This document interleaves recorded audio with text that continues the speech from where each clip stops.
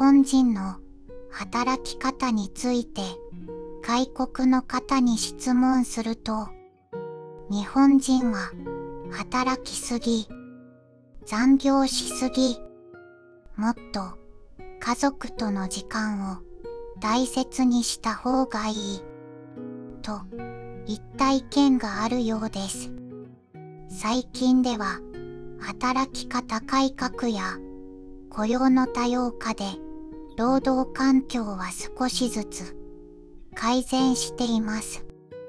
でも残業や休日出勤で仕事に明け暮れている人も多くいます。なぜ日本人は働きすぎるのでしょうか。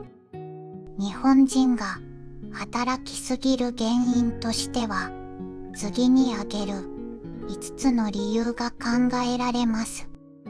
1、仕事を断りにくい文化。2、残業は当たり前という考え方。3、休暇を取得しにくい環境。4、我慢は美徳という価値観。5、アナログな慣習。では、一つずつ見ていきましょう。1、仕事を断りにくい文化。一つ目は、仕事を断りにくい文化が根付いていることです。日本の会社では、自分の仕事の範囲を明確にして、自分の仕事はここまでと割り切って考えられる人が少ないようです。これは相手にお願いをされるとなかなか断れないという日本人の気質にあるかもしれません。仕事を断れず、自分が対応できる以上の仕事をすることになり、常にキャパオーバーの状態になってしまうのです。2、残業は当たり前という考え方。2つ目は、残業は当たり前という考えが浸透していることです。日本では、付き合い残業という言葉があります。これは、自分の仕事が終わっているのに、上司や同僚が残っているため、自分も同じように残業するという意味です。付き合い残業が行われているところでは、サービス残業も発生しているかもしれません。サービス残業とは、従業員が残業代の一部、または全額を支給されず、時間外労働をすることです。労働基準法に違反する働き方ですが、全くないわけではありません。3、休暇を取得しにくい環境。3つ目は、休みづらいことです。世界30カ国で実施した有給の取得に関する国際調査によると、日本人の有給消化率は 50% で、これは30カ国中最下位の数字だったそうです。日本人は世界一の休みベタと言えるかもしれません。有給を取らない理由の回答として、職場の同僚が休んでいないからがトップ3の理由の一つです。集団主義の文化においては、個人の意思の前に集団の意思が尊重されるため、個人としては自分だけ休みを取ることに対して躊躇するようです。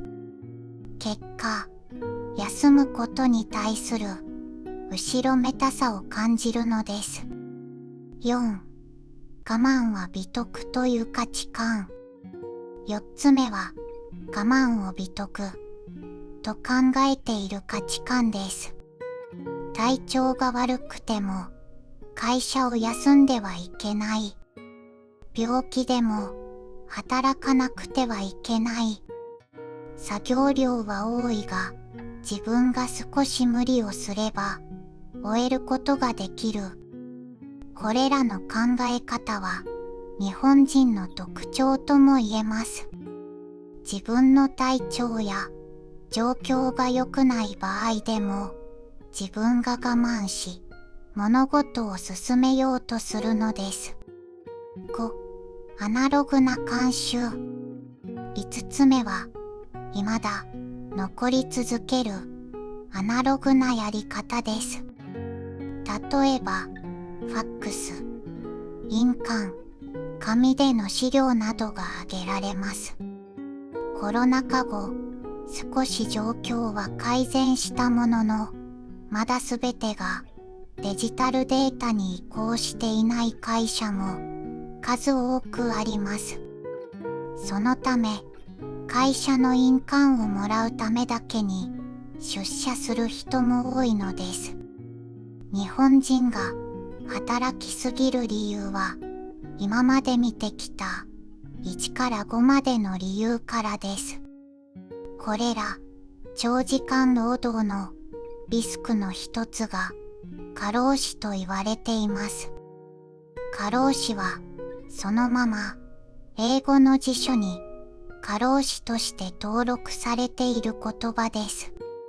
時間外労働や休日労働が月100時間超、もしくは2から6ヶ月間の平均が80時間超という指標があります。この指標を超えると、労働と過労死の相関関係が強まるため、過労死ラインと呼ばれています。厚生労働省の2022年報告書によると、1週間の労働時間が49時間以上の日本人労働者の割合は 15.1%、男性 21.7%、女性 6.9% でした。もう少し日本人は休み上手になった方がいいのかもしれません。